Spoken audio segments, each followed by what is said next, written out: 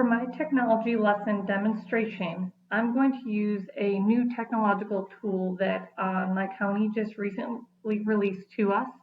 It is called Nearpod, and this is a tutorial technological tool that you can use to give some content.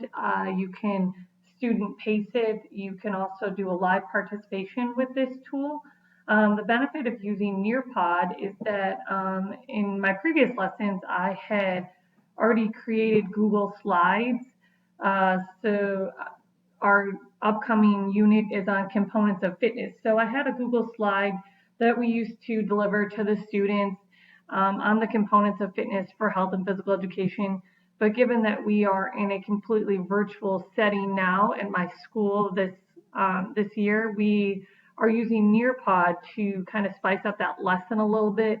Nearpod, as I mentioned, uses a Google slide, and you can input polls and questions and matching and pairing and collaborative boards into the Nearpod to engage students throughout the lesson. The benefits also is that it can be read to the students. So I'm going to go ahead and do a live participation, if you will. And what I'm going to do here is I'm going to run it as in a student view, so you'll see exactly what the students would see.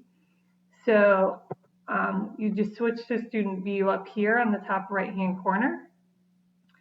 And we bring up this slide here, the first one, components of fitness. And if you'd like to, the audio recording will read this to the students.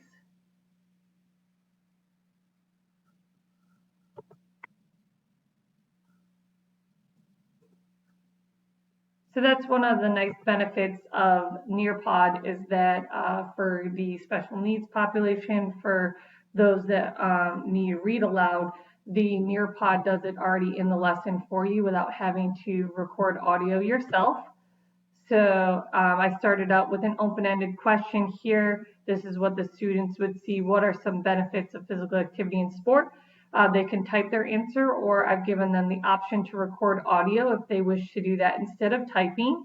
And it will, like it said, read to them so that they know what the question is.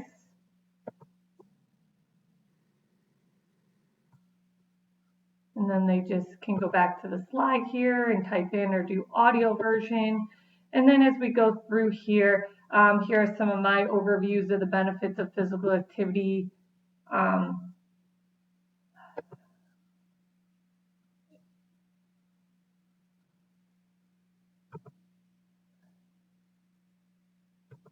And as we continue on here, just kind of goes through some of the benefits and the risks of physical activity. One of my favorite things is you can poll the students. So one of the questions I wanted to know is, why do you think the #1 reason middle school students give for not being physically active? I like to kind of gauge, their reasons why they think that. So a poll is a good way to kind of gauge students' knowledge or opinions. You could also maybe drop in a question here of,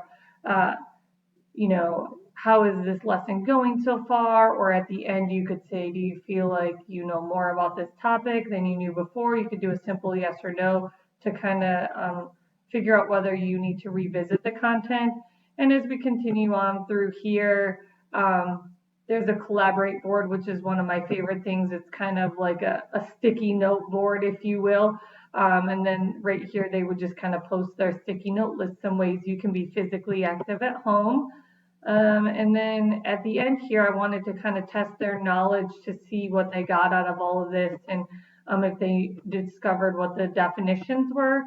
So I did a pairing activity where they have to pair up the word with the definition. So they have to match the fitness component to the correct definition. And then one of the features here, because we are in a virtual setting, is for students to essentially be held accountable for engaging in the lesson.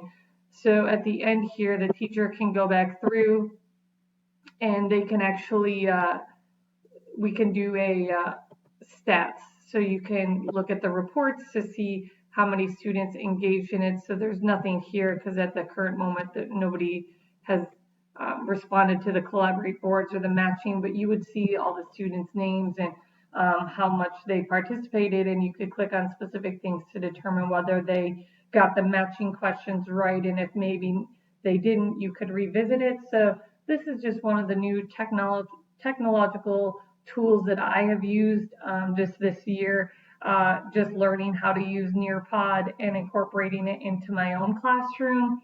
And it is a great tool that I think can be very beneficial. As I mentioned, it's a tutorial technological tool, and it can be student paced, it could be live, and the teacher can kind of choose how they want to use it.